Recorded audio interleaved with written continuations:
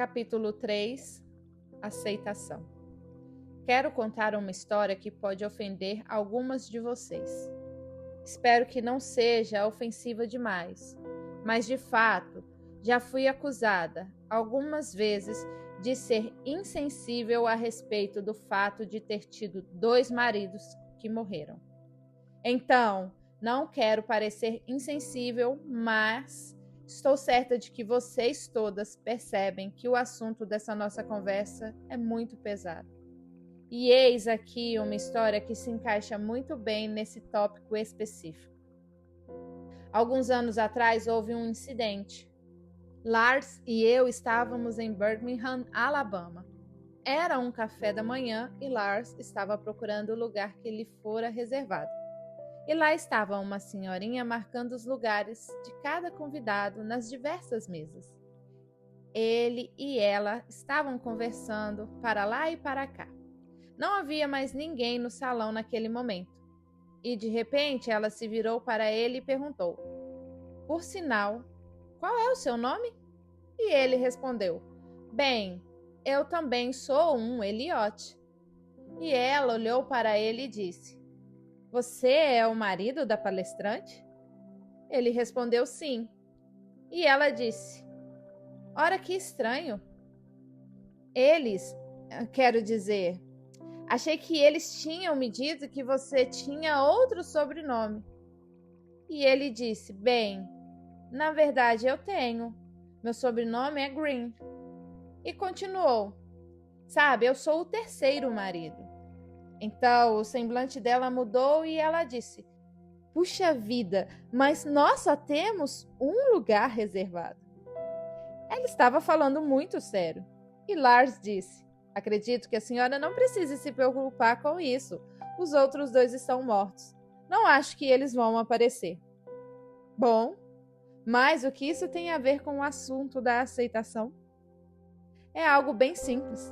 Eu jamais poderia falar desse modo sobre Jim e Ed. Não fosse o fato de que, pela graça de Deus, fui capacitado a aceitar a morte deles. Mas de uma vez em minha vida, algumas pessoas se aproximaram de mim dizendo: "Como você é capaz de falar sobre seus falecidos maridos dessa forma, insensível e irrelevante?" E algumas viúvas até mesmo me disseram: "Como você consegue evitar comparar seus maridos?" E eu respondo: "Não consigo. Eu já fiz toda sorte de comparação entre meus maridos. E você pode ter certeza de que eu jamais teria aceitado a proposta de casamento de Lars se ele não houvesse se saído muito bem na comparação com os 2 primeiros. Embora eles sejam homens muito diferentes, ao menos todos tinham algo em comum, ou seja, eles gostavam de mim. Mas o fato é que eles são homens com dons muito diferentes. E uma das coisas que Deus trouxe à minha mente, quando eu considerava a proposta de Lars, antes de lhe responder, foi um versículo em 1 Coríntios 12. Os homens possuem dons diferentes, mas é o mesmo Senhor que executa seu propósito por meio de todos eles. Creio que a aceitação é a chave para a paz nesse assunto do sofrimento. Como eu disse, o ponto crucial de toda a questão é a cruz de Jesus Cristo. E essa palavra crucial vem de cruz. A cruz é a melhor coisa que já aconteceu na história humana. E é também a pior. Aqui, no seu amor, a Escritura nos diz: não que tenhamos amado a Deus aqui no seu amor. Não que nós tenhamos amado a Deus, mas Ele nos amou e a si mesmo se entregou. Não, aqui no seu amor, Cristo entregou a sua vida por nós.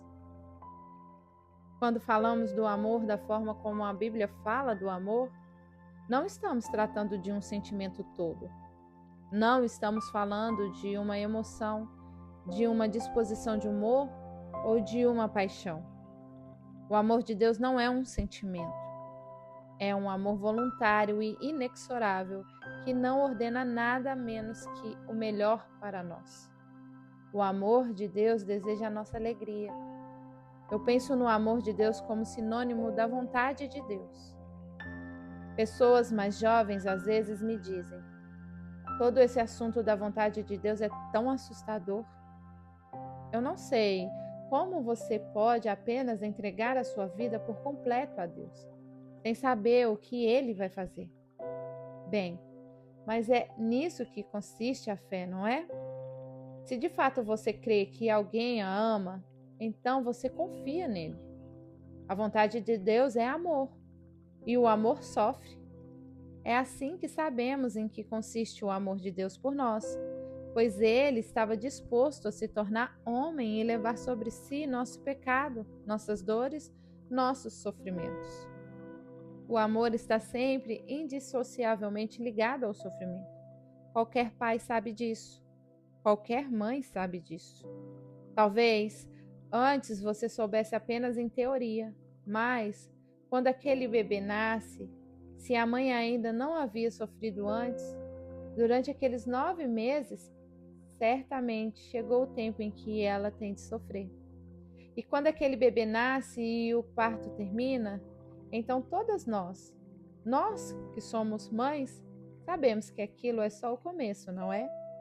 E nem o pai ou mãe consegue imaginar quais mudanças haverá em sua vida a despeito de quanto tempo lido ou de quanto tenham observado a respeito. Mas a presença daquele novo e pequenino ser humano em sua vida muda tudo e envolve sacrifício, um dia após o outro, uma noite após outra. Mas nem por isso você se prostra e sente pena de si mesma. Não é algo que faz você reclamar e lamentar, exceto talvez de vez em quando. Mas é algo bastante real, não é? É a minha vida pela sua. E isso, senhoras e senhores, é o princípio da cruz. Era isso que Jesus estava demonstrando. A minha vida pela sua. O sofrimento é um mistério. Não é explicado, mas é afirmado. E precisamos nos lembrar de que todo o cristianismo repousa em mistério. Aquelas de vocês que pertencem à igreja, que usam credos, sabe que ao fazê-lo vocês estão articulando um conjunto de afirmações sobre a fé. E cada uma delas lida com um mistério. Acaso existe alguém que se chame pelo nome de cristão e que possa explicar a Trindade? Há alguém que possa, por exemplo, descrever a ginecologia do nascimento virginal? Há alguém especialista em aerodinâmica que nos possa dizer algo sobre a ascensão de Cristo? Esses são todos mistérios: criação, redenção, encarnação, crucificação, ressurreição. Essas grandiosas palavras-chave da fé cristã são mistérios. Nós ficamos de pé como um só corpo na igreja, a igreja que eu frequento, por exemplo, e juntos recitamos um credo em voz alta. Não estamos explicando nada, estamos apenas afirmando. E é nisso que consiste o cristianismo. Deus é Deus. Deus é um só Deus em 3 pessoas. Ele nos ama. Não estamos à deriva, numa espécie de caos. Para mim, não há nada que me dê mais força, mais estabilidade e mais paz de tudo o que conheço no universo.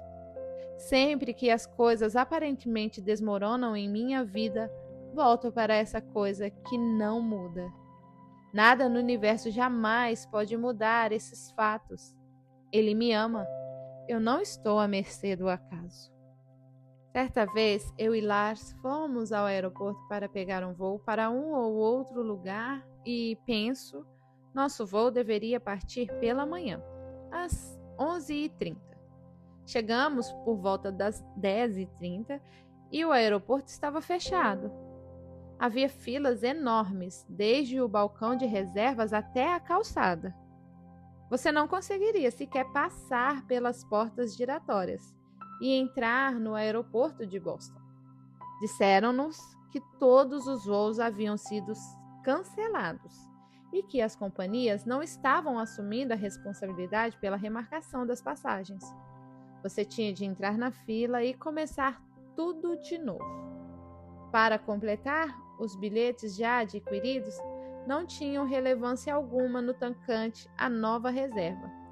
Era uma verdadeira cena de terror e caos. As pessoas estavam em prantos, irritadas e desanimadas. Era uma bagunça. Senti pena daquelas famílias que tinham filhos pequenos e seguiam para Orlando para passar o feriado de inverno na Disney World, assim como dos estudantes universitários carregando seus esquis. Houve até mesmo agressões. Havia pessoas tão irritadas com os coitados dos agentes nos balcões de reserva que chegaram às vias de fato. Ouvimos que, num avião, as pessoas que já haviam entrado quando na pista de decolagem foram avisados de que o aeroporto estava fechado, elas se recusaram a sair do avião. Ora, sabe, você apenas imagina que tipo de visão têm as pessoas que escolhem agir assim. Para mim, embora houvesse pessoas me esperando no meu lugar de destino, foi algo tranquilizador perceber que Lars e eu não estávamos à mercê das condições climáticas, muito menos do aeroporto. Não estávamos à deriva no caos. Estávamos seguros nos braços eternos. Portanto, e isso faz toda a diferença. Podemos ter paz e podemos aceitar. Podemos dizer sim, Senhor, eu o recebo. A faculdade pela qual Deus é compreendido é a faculdade da fé. E a minha fé me capacita a dizer: sim, Senhor. Eu não gosto do que tu estás fazendo. Não entendo. Tu has de cuidar daquelas pobres pessoas na outra ponta, a quem eu pensei que falaria nesse dia específico? Mas Deus, tu estás no comando. Eu conheço aquele que está no comando do universo, onde ele tem o mundo inteiro em suas mãos. E é nelas que eu estou. Então, para mim, essa é a chave para a aceitação. O fato de que nunca é em vão. A fé, podemos dizer, é o sustentáculo do nosso equilíbrio moral e espiritual. Pense numa gangorra. O sustentáculo é o ponto no qual a gangorra se apoia. E meu equilíbrio moral e espiritual depende daquela firmeza de fé. A minha fé, é claro, se apoia na rocha, que é Jesus Cristo. Mas a fé, como o amor, não é um sentimento. Precisamos deixar isso absolutamente claro. A fé não é um sentimento. A fé é uma ação obediente da vontade. Jesus disse repetidas vezes: não vos amedronteis, não temeis, não se turve o vosso coração. Crede em Deus, crede também em mim. Aceite, tome a cruz e siga-me. Ele disse: se você quer ser minha discípula, há 3 condições. Primeiro, você deve renunciar o seu direito sobre si mesma. Segundo, você deve tomar a sua cruz. Terceiro, você deve seguir. Entendo que renunciar ao direito sobre si mesmo é dizer não para si. E tomar a cruz é dizer sim a Deus. Senhor, seja lá o que tu tens para mim, eu o recebo. Sim, sim, sim.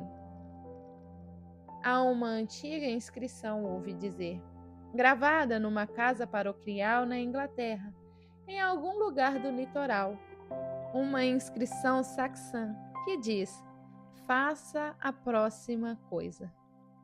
Não conheço uma receita mais simples para a paz, para o alívio da pressão e da ansiedade, do que essa palavra de sabedoria tão prática e tão pé no chão. Faça a próxima coisa. Isso me ajudou a ultrapassar mais agonias do que qualquer outra coisa que eu poderia recomendar. Quando descobri que meu marido estava morto, eu tinha ido à base aérea missionária num lugar chamado Shelmera, no limite da floresta, para estar com as outras 4 esposas enquanto esperávamos alguma notícia sobre os nossos maridos. E quando finalmente chegou a notícia de que todos os 5 homens haviam sido mortos com lanças, então, é claro, nós tínhamos decisões a tomar. Voltaríamos aos nossos postos nas florestas ou faríamos alguma outra coisa. Decidi voltar ao meu posto na floresta. Jamais considerei qualquer outra opção, pois, para início de conversa, eu já era uma missionária, mesmo antes de me casar com Jim Elliot, mesmo antes de ficar noiva de Jim Elliot. Então nada havia mudado no que diz respeito ao meu chamado missionário. Mas eu tinha de voltar para um posto no qual não havia nenhum outro missionário e tentar fazer sozinha o trabalho que 2 de nós vínhamos fazendo juntos. Então não era como se eu não tivesse nada para me manter ocupada. Eu tinha uma escola de cerca de 40 meninos que supervisionava. Eu não era a professora, mas, em certo sentido, estava no comando da escola.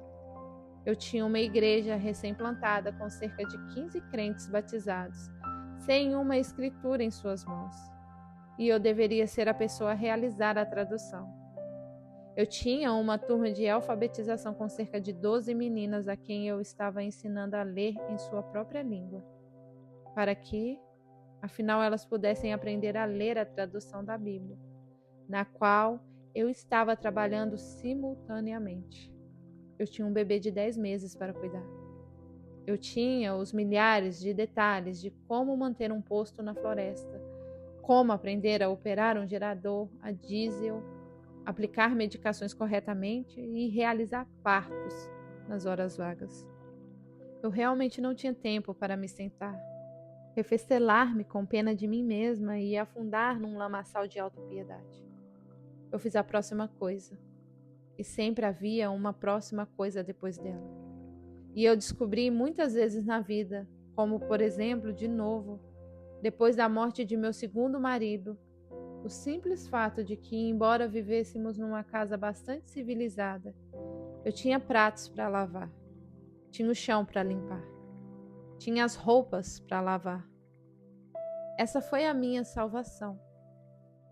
Alguns anos atrás eu tive o privilégio e o prazer de cuidar de 4 dos meus netos, enquanto os pais deles estavam longe numa viagem e haviam levado consigo o 5º filho, então recém-nascido. Essa foi a única vez que eu tive a oportunidade de fazer isso. Meus netos moram no sul da Califórnia e eu moro no Nordeste. Então, eu estou entre as avós solitárias e não entre as avós esgotadas. Ao fim do primeiro dia, minha filha teve a consideração de me ligar à noite. Ela disse: "Bem, mamãe, como você está?" Ao que eu respondi: "Bem, elas são crianças maravilhosas, são muito obedientes e tudo mais.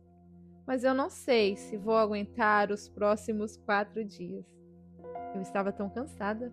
Para dizer o mínimo, eu tinha de fazer a pergunta que minha filha de fato não gostaria que eu fizesse. Como você consegue? Pois a cada minuto do dia eu pensava, estou o dia inteiro correndo cada segundo para fazer o que precisa ser feito. Mas a minha filha tem um bebê de colo que lhe exige mais de 6 horas do dia. E eu não parava de pensar, como ela consegue? Como ela consegue? Então eu tive de lhe perguntar. Eu sabia que ela não gostaria que eu o fizesse, mas eu fiz.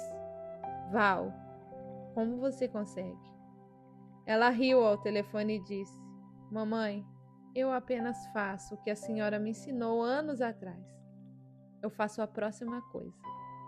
Ela me disse para não pensar em todas as coisas a serem feitas e que apenas fizesse a próxima coisa. Então eu segui o seu conselho e nós passamos os 4 dias seguintes, não apenas pela média, mas com louvor. Mas foi a aceitação que me capacitou a fazê-lo, pois eu, de fato, acreditei que aquilo não era uma casualidade. Cerca de 6 semanas após a morte de Jim, recebi uma carta da minha sogra.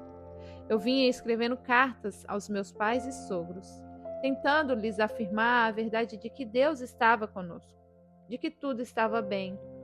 Eles não precisavam se preocupar comigo.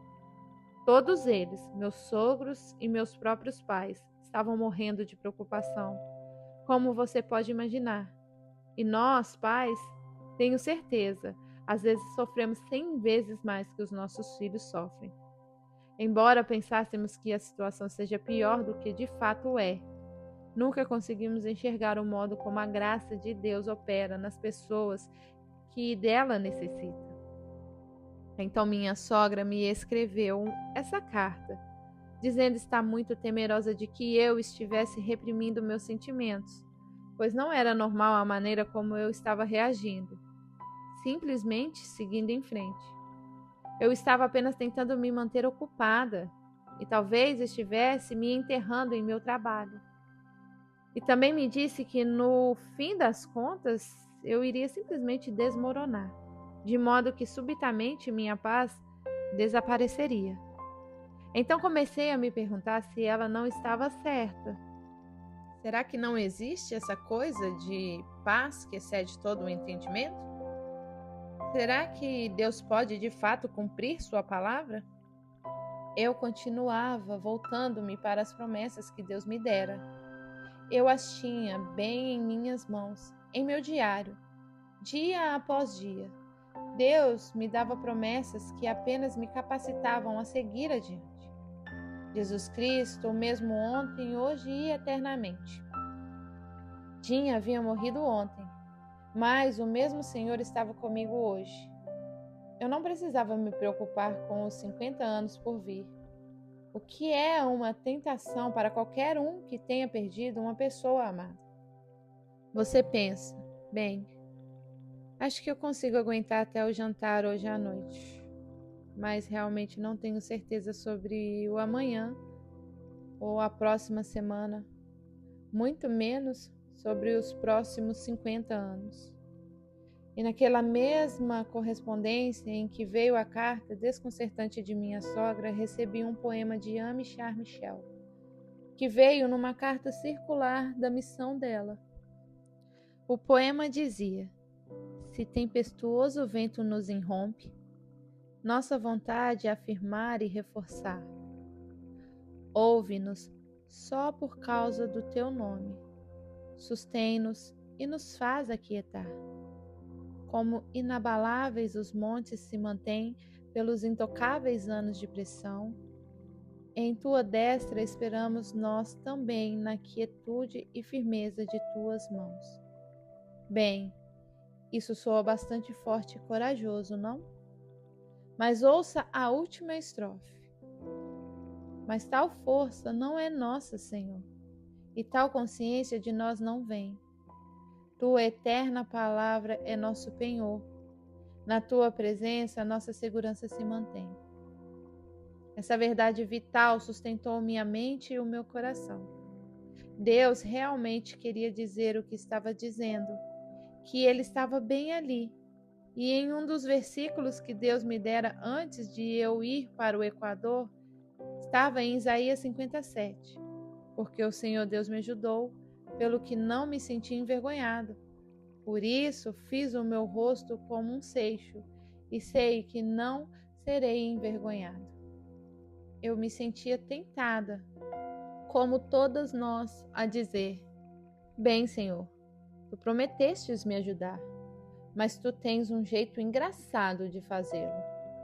Essa não era a minha ideia de como Deus deveria ajudar uma de suas servas que estava tentando ser obediente e fiel. E o que Deus diz diante de um argumento como esse?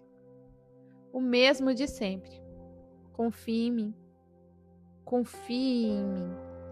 Algum dia, até você verá que há sentido nisso. O sofrimento nunca é em vão. Meu marido Tim era um carpinteiro razoavelmente bom. Ele havia construído uma casa muito boa na floresta. Uma casa bem apresentável, com um piso de cimento, paredes de madeira e um telhado de alumínio. Ele havia construído até mesmo um belo sistema hídrico que coletava a água do telhado de alumínio e a bombeava para casa, de modo que nós tínhamos de fato um banheiro com descarga, chuveiro e pia.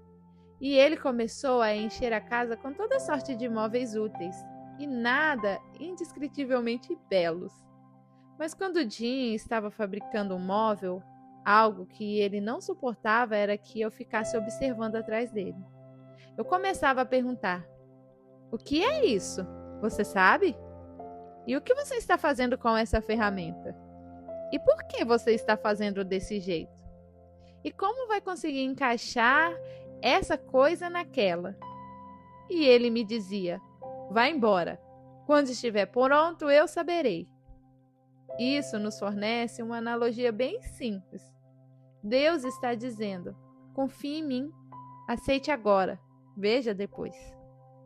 De quantas escolhas você precisa até ser levado de volta àquelas duas alternativas? Ou você crê que Deus sabe o que está fazendo, ou crê que ele não sabe. Ou você crê que ele é digno da confiança, ou você está dizendo que ele não é. Então, de que lado você está? Você está à mercê do caos, não do cosmos. Caos é a palavra grega para desordem. Cosmo é a palavra para ordem. Ou nós estamos vivendo num universo ordenado, ou estamos tentando criar nossa própria realidade. A aceitação é um ato voluntário e deliberado. Deus estava me dando algo para fazer. A próxima coisa a fazer era: sim, Senhor, aceite. E essa é a chave para a paz. Mas como faz sentido dizer a um ser humano comum: aceite este sofrimento? Isso não é contraditório à natureza humana? Quero deixar algo muito claro aqui, pois percebo que cada palavra que digo pode ser distorcida, deturpada e mal entendida. Quero fazer o possível para esclarecer ao máximo o que quero dizer por aceitar. Não estou falando de coisas que possam ser mudadas e ou que devam ser mudadas. Há algumas coisas que podem ser mudadas, mas não devem ser. Por exemplo, um querido jovem rapaz que eu conhecia decidiu largar sua esposa e seus 2 filhos quando o segundo tinha apenas 1 semana de idade. E ele foi até o fim e fez isso, apesar de todos os conselhos em contrário. Alguns anos depois, indaguei a ele por quê, e ele respondeu que não estava dando conta. Eu ouço isso por todos os lados. Todas nós ouvimos, não é? Sabemos que isso está acontecendo em todos os lugares.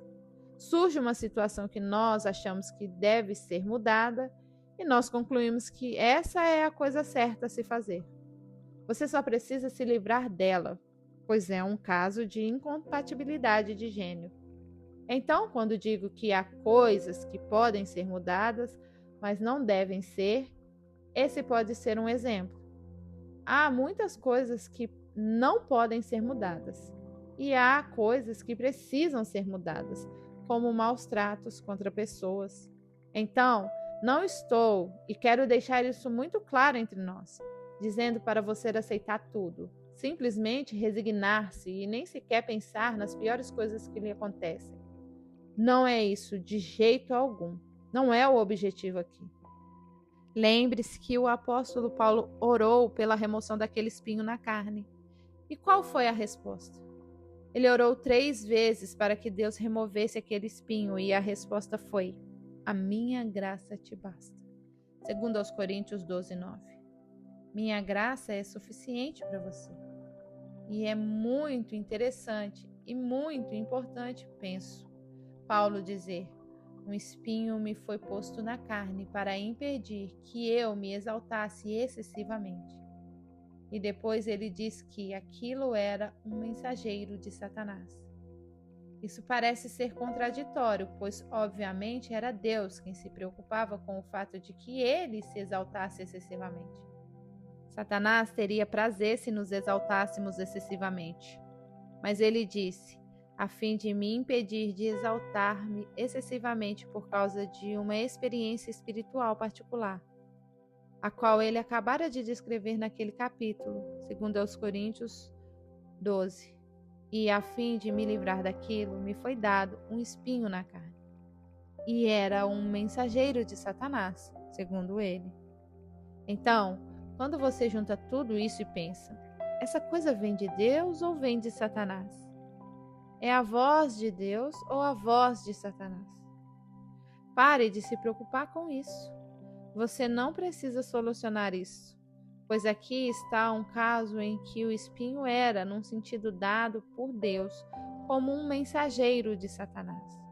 E eu consigo pensar em mais um, ao menos mais um exemplo bíblico no qual há essa mesma contradição aparente.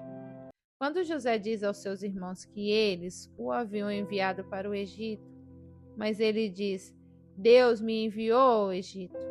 Nós sabemos que os irmãos de José estavam pecando contra ele, mas foi Deus que o enviou para lá.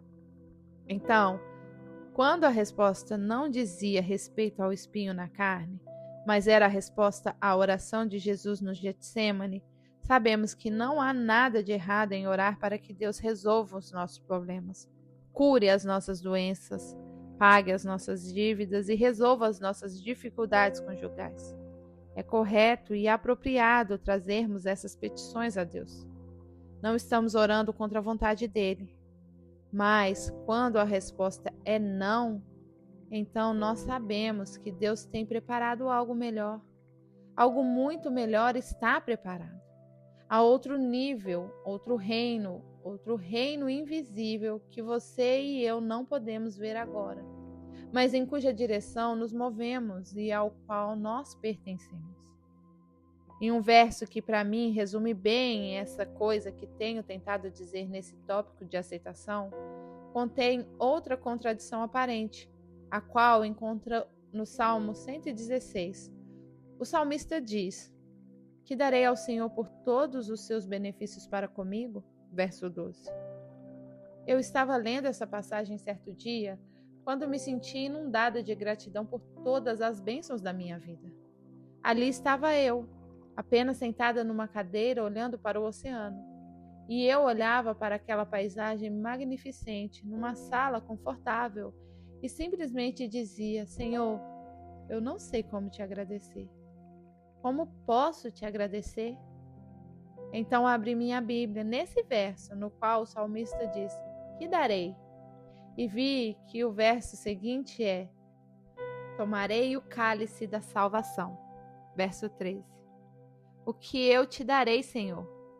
A resposta é: eu tomarei o cálice da salvação. Ora, o que há no cálice da salvação de Deus? Obviamente, o salmista, no período do Antigo Testamento, não estava pensando na salvação nos termos mais estritos, como às vezes nós fazemos. Seja lá o que estiver no cálice que Deus está me oferecendo, dor, tristeza, sofrimento ou lamento, como também as superabundantes alegrias, estou disposta a tomar, pois eu confio nele. Porque sei que o que Deus quer para mim é sempre o melhor, e eu receberei tudo isso em seu nome. Preciso de momentos de dor, porque Deus tem algo mais grandioso em mente. Nunca é em vão, e por isso eu sempre digo: Senhor, em nome de Jesus, por tua graça eu os aceito. Seja lá o que estiver no cálice que Deus está me oferecendo, dor, tristeza, sofrimento ou lamento, como também as superabundantes alegrias, estou disposta a tomar, pois eu confio nele.